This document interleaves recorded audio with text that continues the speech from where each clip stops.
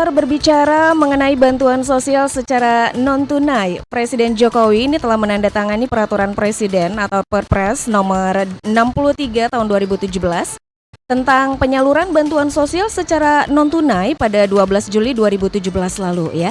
Dan salah satu tujuan diterbitkannya Perpres ini adalah tentunya agar penyaluran bantuan sosial atau bansos kepada masyarakat dilakukan secara efisien, tepat sasaran, tepat jumlah, tepat waktu, tepat kualitas, dan juga tepat administrasi. Nah, di kesempatan kali ini, Smart Listener bersama saya Dini Zaki, kali ini di program Radio Talk Smart FM Medan, kita akan berbincang-bincang seputar bantuan sosial non-tunai ini bersama Bank Indonesia, dan bersama saya sore ini di studio Smart FM Medan, sudah hadir Bapak Wiwi Sisto Widayat, Kepala Perwakilan Bank Indonesia Provinsi Sumatera Utara. Selamat sore Bapak. Boleh deketan dikit Pak? Biar kedengeran. Oke, iya, selamat sore. Apa kabar ini Pak? Baik. Baik, sehat ya. Puasa sehat. Pak? Oh, pasti puasa. Alhamdulillah. Baik Pak, ini kita langsung aja Pak ya, mencermati perkembangan terkini penyebaran COVID-19 di Indonesia. Ini boleh dijelaskan Pak, apa saja kebijakan yang dilakukan Bank Indonesia untuk memantau atau memitigasi implikasi penyebaran COVID-19? Mungkin dari sisi menjaga stabilitas moneter begitu ya, stabilitas keuangan, layanan sistem pembayaran ataupun ketersediaan uang rupiah di masyarakat. Seperti apa ini Pak? Oke, sebentar sebelum itu kita karena kita bicara mengenai masalah ini, kita bicara mengenai masalah dampaknya dulu ya, dampak dari COVID itu kepada ekonomi kita ya. Kalau dari sisi korbannya sudah banyak gitu ya, dari 14.000. Tapi dari sisi dampak ekonominya memang COVID ini kan juga sudah berdampak pada ekonomi kita ya, baik secara nasional maupun secara regional. Secara nasional tentu dari sisi pertumbuhan ekonomi mengalami penurunan ya kan, di Sumatera Utara juga demikian, dari sisi pertumbuhan ekonomi juga mengalami penurunan yang cukup besar pada triwulan 1 2020 kemarin ya, dari 5,2 ke 4,6 itu cukup besar juga. Itu artinya memang sudah berdampak kepada kondisi ekonomi baik secara nasional maupun dari sisi regionalnya. Nah, Bank Indonesia sebagai otoritas moneter tentu juga harus melakukan berbagai kebijakan untuk mengantisipasi dan juga untuk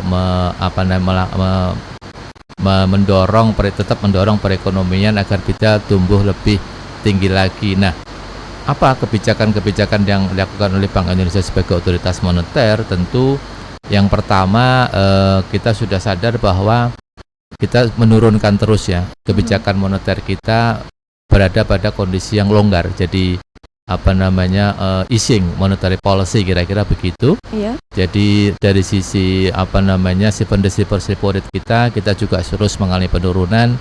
Dari dulu 2019 itu kita pernah mencapai 6%, tetapi sekarang sudah sampai kepada level yang 4,5%. Jadi terus mengalami penurunan. Itu dari sisi kebijakan utama kita ya. Nah, apalagi yang dilakukan oleh Bank Indonesia? Tentu waktu itu pernah kita nilai tukar ya. Nilai tukar kita bulan Maret yang lalu kita pernah punya nilai tukar yang sekitar 16.600, 16.800. Nah, itu adalah bagaimana salah satu upaya Bank Indonesia yang dilakukan untuk menstabilisasi nilai tukar rupiah tersebut adalah kita melakukan yang namanya triple intervention gitu. Jadi melakukan intervensi di pasar valuta asing dengan menggunakan tiga cara. Yang pertama adalah ya intervensi di pasar spotnya ya. Bagaimana kita melakukan intervensi di pasar spotnya, berusaha untuk memenuhi kebutuhan falasnya dengan menggunakan secara spot. Yang kedua adalah kita juga menggunakan transaksi yang forwardnya. Jadi forward itu adalah transaksi jangka panjangnya. Yaitu bagaimana kita dengan menggunakan terus mengefisienkan dan juga mengefektifkan penggunaan DNDF, itu namanya adalah domestic non-deliverables forward ya. Jadi transaksi dengan menggunakan quotation nanti eksekusinya itu ada di jangka yang lebih panjang lagi, bisa sebulan atau 2 bulan. Yang ketiga adalah pembelian surat berharga di di secondary market. Kan surat berharga pemerintah, surat utang pemerintah dimiliki oleh non-resident maupun resident. Nah, pada saat itu banyak non residen yang menjual surat utangnya yang di holding oleh dia itu dijual di pasar. Nah, kalau dijual di pasar sementara tidak ada peminatnya, itu menjadikan nanti harga surat berharga itu menjadi sangat turun drastis. Artinya suku bunga imbal jasanya akan naik terus. Nah, ini yang tidak kita inginkan. Oleh karena itu kita Bank Indonesia membeli surat berharga yang ada di secondary market itu sebagai salah satu bagian nanti di dalam instrumen moneter. Bingung ya? Agak sedikit bingung ini, Bang. Ya, ini teknis benar. Tapi intinya adalah bagaimana kita bisa mengendalikan nilai tukar itu. Jadi nilai tukar yang dari 16,8 kemarin 16.800 sekarang kan sudah di bawah 15.000 kan. Ya, 14.600, 14 gitu ya. Nah, itu adalah berkat dari salah satu upaya-upaya yang dilakukan oleh Bank Indonesia melalui triple intervention itu. Itu satu ya. Yang kedua adalah tentu kita ingin agar kan kita tahu bahwa dari sisi sistem pembayaran kita juga terus melakukan inovasi-inovasi, melakukan berbagai cara membuat instrumen-instrumen sistem pembayaran ya. Pada saat itu ada yang namanya kartu elektronik, tahu ya? Kartu elektronik atau apa namanya unik waktu dulu singkatannya yang digunakan untuk transaksi-transaksi di apa namanya di jalan tol ya. Sekarang jalan tol kan jarang yang menggunakan langsung menggunakan tunai, tapi sudah menggunakan kartu dan sebagainya. Nah, ini kita terus melakukan inovasi. Nah, terakhir kami melakukan yang namanya KRIS, yaitu Quick Response Indonesian Standard. Itu salah satu instrumen yang bisa digunakan untuk melakukan transaksi pada saat kita harus melakukan physical distancing, kita harus belanja dari rumah seperti itu. Ini kita provide dengan alat-alat instrumen pembayaran yang memungkinkan masyarakat untuk tidak harus keluar dari mobilnya atau keluar dari rumahnya dan sebagainya untuk tetap terus melakukan transaksi penjualan. Itu yang kita lakukan. Nah, apalagi yang dilakukan oleh Bank Indonesia? Bank Indonesia terus berupaya untuk mendorong agar masyarakat menggunakan transaksi non tunai. Nah, apa yang bisa didorong itu adalah salah satu bentuknya adalah biaya ya. Dari sisi biaya. Kalau kita ke bank, kita melakukan transaksi clearing, pernah melakukan transaksi clearing? Iya. Ya, itu kan ada biayanya. Nah, sekarang biayanya terus kita upayakan untuk terus kita tekan rendah terus. Dulu pernah 7.500 per sekali clearing kan? Itu supaya apa itu, Pak? Ya, supaya masyarakat terdorong untuk menggunakan transaksi non tunai. Ya. Kalau biayanya murah dan dan uang itu cepat sampai kepada yang ditujukan, masyarakat menjadi senang. Betul. Akan lebih senang. Memang ada banyak pilihan ya. Bisa transfer lewat bank. Kalau transfer lewat ATM kan juga ada biayanya kan. Ada juga biayanya dulu 7.500. Nah, sekarang transfer lewat SKN, sistem clearing nasional, itu biayanya terus kita turunkan dari 7.500 terus 3.500, sekarang cuma 2.900. Jadi ini kita dorong. Yang kedua adalah merchant discount rate. Nah, merchant discount rate itu sekarang tetap kita tidak ada. Jadi kita turunkan ke 0%. Dulunya masih ada 0,7. Jadi merchant discount rate itu adalah biaya yang dibebankan kepada harus dibayarkan kepada pembeli begitu, yang dulunya adalah sebagai perusahaan. Nah, tetap itu kita dorong agar itu kita gunakan dengan baik, dengan kita turunkan MDR-nya itu menjadi 0% sampai nanti akhir tahun 2020 ini. Hanya sampai akhir tahun, Pak. Nah, biasanya kan kita assess terus kan gitu kan. Karena masalahnya ini juga infrastruktur ya. Infrastruktur yang harus disiapkan oleh jaringan perusahaan-perusahaan penyedia jaringan juga besar sekali, sehingga mereka juga harus kembali kan, infrastruktur juga harus kembali. Nah, ini artinya ini bersifat sementara dong, Pak? Iya. Dikarenakan ada pandemi ini ya? Iya. Sementara seperti itu sampai dengan akhir tahun. Nanti kita lihat lagi kalau ya? Kalau memang masih diperlukan ya kita akan perpanjang lagi dengan masih 0% gitu ya. Baik.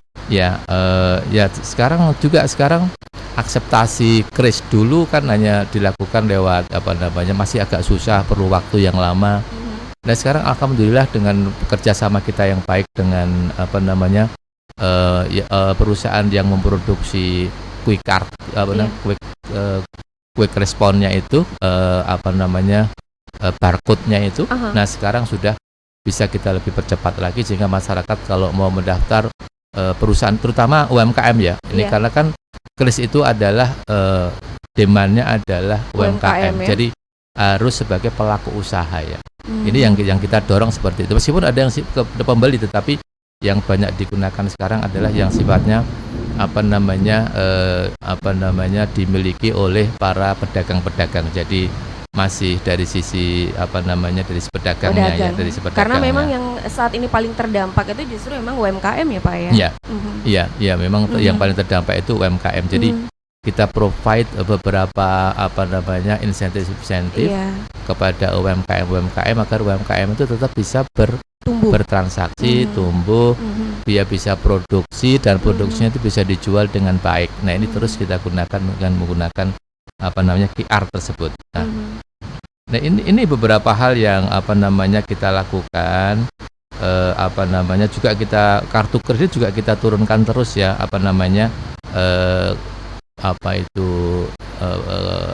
batas atas suku bunganya. Batas atas suku bunganya. Kalau dulu kan 3% ya, sekarang sudah turun terus, sekarang sudah ke 2,25%. Itu yang kita lakukan, Mbak. Tentu bersama-sama dengan insentif-insentif yang sudah dilakukan oleh pemerintah. Terutama dalam hal ini adalah OJK, karena juga banyak karena dampak kepada UMKM-nya besar sekali ini, dan juga kepada sektor real itu diberikan fasilitas untuk dia bisa melakukan restrukturisasi kreditnya ya, dan itu terus berjalan dengan baik. Baik. Kemudian kalau tadi dari sisi non tunai nih Pak ya, kira-kira bagaimana kalau dari sisi tunainya? Apakah ini memang masih aman untuk kita menggunakannya? Ya, penggunaan tunai tentu masih aman, tentu masih aman. Ini kan pilihan ya, ini kan pilihan bagi masyarakat yang yang tidak ingin menggunakan tunai, maksudnya menggunakan kartal, menggunakan uang kertas dan uang logam. Ini ada tersedia alat pembayaran yang lain, tetapi tetap tunai tetap dilakukan di negara-negara lain, bahkan di negara-negara yang sudah maju pun, meskipun dia non tunai itu sudah maju. Katakanlah di negara-negara Skandinavia yang non tunainya itu sampai 80-90% ya, tetapi tunai tetap digunakan. Begitu ya? Jadi apalagi di negara-negara kita yang non tunainya itu masih baru peralihan ya, ini Pak ya? Masih peralihan. Pangsa dari non tunai itu masih sangat kecil, mungkin baru 10%. Nah itu kebutuhan akan tunai itu tetap kita lakukan dengan tetap menambah jumlah kebutuhan uang kartal kita, uang rupiah kita, uang kertas dan uang uang logam kita sesuai dengan kebutuhan terus kita lakukan ya. Itu yang berbeda mungkin dari sisi pada saat sekarang ini karena pandemi, bagaimana cara kita mengedarkan uang rupiah juga melakukan perbedaan ya. Itu gimana tuh Pak? Ya, jadi kalau dulu masyarakat, terutama sekarang ini masyarakat sedang butuh-butuhnya uang pecahan kecil ya. Kalau dulu kan kita yang mendatangi masyarakat, kita yang datang ke pasar, kita yang datang ke tempat-tempat keramaian, kita yang datang ke ke lapangan-lapangan. Dulu kita melakukan penukaran uang pecahan kecil itu katakanlah di benteng ya, di pasar pajak sentral. Ya, kita jemput bola ya. Ya karena sekarang tidak boleh ada kerumunan dan sebagainya gitu kan. Sehingga kita juga melakukan satu penyempurnaan sedikit, penyesuaian bukan penyempurnaan, penyesuaian. Jadi sekarang kita pull, jadi uang kartal kita pull ke perbankan. Jadi kita pull ke kantor-kantor cabang pembantu di bank-bank yang sudah kerjasama dengan kita. Jadi semua kantor cabang bank yang ada di Sumatera Utara itu memang diharuskan mau memberikan servis kepada masyarakat yang akan menukarkan uang pecahan kecilnya menjadi uang pecahan kecil. Itu harus. Jadi ada lebih dari 121 bank yang sudah memberikan komit untuk melakukan penukaran itu. Tetapi kalau jumlah kantornya bisa lebih banyak lagi. Oh, seperti itu ya? Iya. Memang luar biasa ya Pak perkembangan pandemi ini ya. Dari sisi negatif sampai positif untuk perkembangan perekonomian juga begitu ya? Iya, betul. Betul, makanya ini kan semua sendi terkena ya. Iya. Semua sendi terkena karena masalahnya adalah yang di hit itu kita tidak boleh bertemu. Kalau dulu kan krisis-krisis yang dulu itu kita masih bisa bertemu kan. Nah, ini yang jadi masalah kita tidak bisa bertemu. Jadi pasarnya tuh nggak ada ya. gitu. Kalau Tapi kan Pak dengan keadaan seperti ini mau nggak mau kita dipaksa gitu ya mencari menjadi kreatif gitu kan ya. Gimana caranya supaya ini tetap jalan gitu kan? betul. Makanya ini kan menimbulkan inovasi-inovasi gitu kan. Menimbulkan bagaimana kita harus bisa memenuhi kebutuhan, baik itu kebutuhan untuk bahan pokok, bahan baku, termasuk juga kebutuhan untuk uang tunai. Pada saat harus ada protokol-protokol yang harus kita ikutin ya. Nah itu dia. Ini yang menjadikan kita harus ya agak tadi yang bilang kreatif seperti itu sehingga memunculkan itu yang terjadi memang. Iya, oke, ini semakin menarik nih Pak, tapi kita harus jeda dulu. Dan untuk smart listener yang ingin bergabung menyampaikan pertanyaan seputar bantuan sosial secara non tunai atau belanja bijak menggunakan non tunai bersama Bapak Wiwi Sisto Widayat, Kepala Perwakilan Bank Indonesia Provinsi Sumatera Utara, silakan melalui WhatsApp di nomor 0811671018. Kami akan segera kembali sesaat lagi.